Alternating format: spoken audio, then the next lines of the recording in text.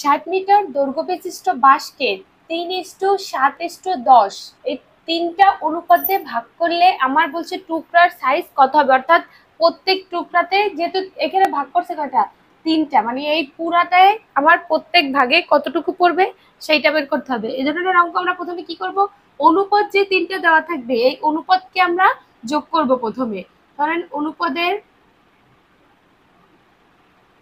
যোগফল, তিনটাকে যোগ করেন, 3 যোগ 7 যোগ 10 কত হয় 20।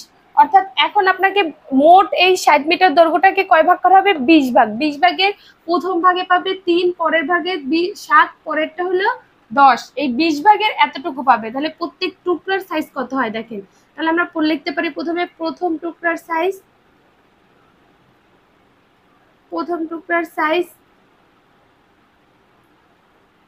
কত মিটার ছিল, পুরো বাসটা 60, তার মানে প্রথমে 60 নেব, 60 এর কত 20 আর প্রথম ভাগটায় কত পড়বে 3।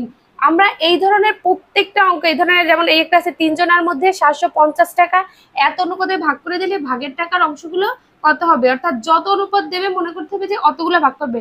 এই ধরনের অঙ্ক আমরা কি করব, প্রথমে যে অনুপাতটা দেওয়া থাকবে অনুপাতটাকে যোগ করব, যোগ করে মোট যে টাকা বা মোট যে মিটার যেইটাই দেওয়া থাকবে ওইটাকে প্রথম অনুপাত দ্বারা ভাগ করব, পরেরটা দ্বারা ভাগ করব, পরেরটা যে মানে যে কয়টা চাইবে সেইটা। দেখুন এখানে করলে কত হয়, 20 দিয়ে 60 দিয়ে কাটলে কত হয় 3, 3 3 9।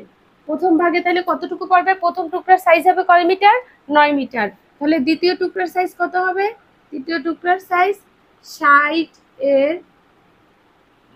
কত, দ্বিতীয় টুকরা হবে 7, 20 কাটলে আবার এখানে হয় 3, 3 7 21, 21 মিটার। তৃতীয় টুকরার ভাগ কত হবে, তাহলে তৃতীয় টুকরার সাইজ হবে 60 এর 20 এর কত 10, 20 দিয়ে 60 দিয়ে কাটলে কত হয় 3, 3 10 30, 30 মিটার। তার মানে প্রথম টুকরার সাইজ হবে 9 মিটার, পরের টুকরার সাইজ হবে কত 21 আর পরের হবে 30, এই তিনটা মিলিয়ে কিন্তু আমার মোট কত হবে 60 মিটার। তার মানে এই প্রত্যেক টুকরাতে আমার কয়টা কত পড়বে 9 মিটার, 21 মিটার, 30 মিটার।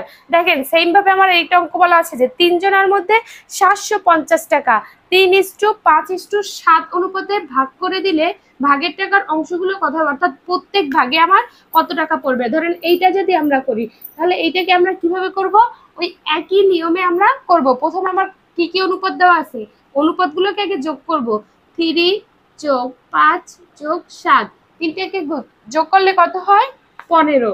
তার মানে আমার প্রথম অনুপাতের যোগফল হয়েছে কত 15। তাহলে প্রথম ভাগে আমার কত পড়বে, প্রথম ভাগে পড়বে আমার মোট কত টাকা ছিল 750, তাহলে 750 এর মোট কত, এখানে আমার আছে 15, আর এই প্রথম ভাগটাকে আমরা নেব এই প্রথম ভাগ। এখন এটাকে ক্যালকুলেশন করলে যত আসে 15 দিয়ে 750 টা কাটলে কত হয় 50, 50 দিয়ে 3 দিয়ে গুণ করেন, 3 × 15, 150।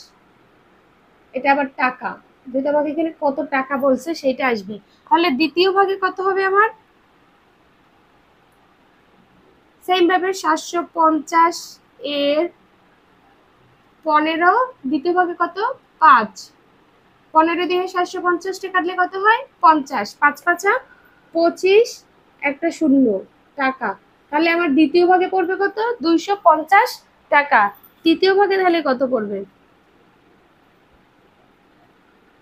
তৃতীয় ভাগে সেম ভাবে 750 এর 15, তৃতীয় ভাগে কত আছে আমার 7, 15 দিয়ে কাটলে 50, গুণ করেন 5 7 35, একটা শূন্য টাকা। অর্থাৎ আমার প্রথম ভাগে তাহলে কত 150 টাকা, দ্বিতীয় ভাগে 250 এবং তৃতীয় ভাগে 350 টাকা পড়বে। মোট কত টাকা হবে 750। এই তিনটাকে যোগ করলে কিন্তু মোট 750 আসে। এ ধরনের যতগুলো অঙ্কই থাকে না কেন প্রত্যেক ভাগে কত টাকা পড়বে বা প্রত্যেক অংশে কতটুকু করে পড়বে বা প্রত্যেক টুকরার সাইজ কত হয়, তাহলে আমরা এই ধরনের অঙ্ক শুধু এই দুইটা নিয়মই করব। প্রথমে অনুপাত যেটা দেওয়া থাকবে এটাকে যোগ করব, আর মোট যে দৈর্ঘ্যটা বা মোট যে টাকাটা থাকবে তার সাথে এগুলোকে এরকম করে ভাগ করে ক্যালকুলেশন করে দেব, তাহলে কিন্তু আমাদের সবগুলোর উত্তর চলে আসবে।